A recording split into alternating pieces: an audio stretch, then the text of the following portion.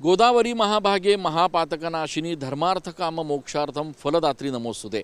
नाशिकच्या गोदावरीबद्दल असं म्हटलं जातं की या गोदामातेत स्नान केल्यानंतर शेकडो पातकांचा नाश होतो। मात्र ह्याच गोदावरीचं चित्र गेल्या अनेक वर्षांपासून अत्यंत दयनीय आहे। गोदावरीला प्रदूषण मुक्त करण्यासाठी केंद्र सरकार, राज्य सरकार, महापालिका प्रशासन यांच्याकडून आत्तापर्यंत अनेक मोठे प्रकल्प राबवण्यात आले, अनेक घोषणा करण्यात आल्या, शेकडो कोटी रुपयांचा निधी देखील खर्च करण्यात आला। मात्र गोदावरीची परिस्थिती जैसे थेच आहे। याच पार्श्वभूमीवर आता विभागीय आयुक्त प्रवीण गेडाम यांनी गोदावरी प्रदूषण मुक्तीसाठी एक नवीन आराखडा तयार करण्याचे आदेश अधिकाऱ्यांना दिलेले आहेत।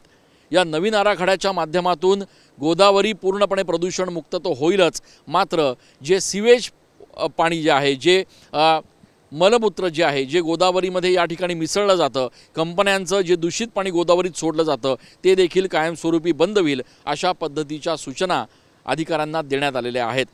सिंहस्थ कुंभमेळा अवघ्या काही वर्षांवर येऊन ठेपलेला आहे आणि त्या पार्श्वभूमीवर 5 लाखांच्या पेक्षा जास्त भाविक नाशिकच्या या गोदा तटावर या ठिकाणी उपस्थित राहतील आणि त्यापूर्वी गोदावरीचं हे संपूर्ण स्वरूप स्वच्छ, सुंदर, निर्मळ करण्यासाठी विभागीय आयुक्तांनी आता थेट नवीन आराखडा तयार करण्याचे आदेशच अधिकाऱ्यांना दिलेले आहेत। त्यामुळे किमान सिंहस्थ कुंभमेळ्याच्या पूर्वी गोदावरीचं स्वच्छ आणि सुंदर स्वरूप नाशिककरांच्या दृष्टीस पडेल अशी अपेक्षा आहे। कॅमेरा पर्सन आकाश येवलेसह मी चंदन पूजाधिकारी, TV9 मराठी।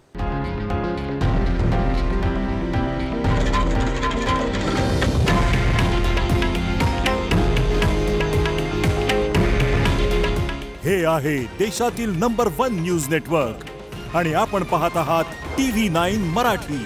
काळजी तुमची, हित महाराष्ट्राचं।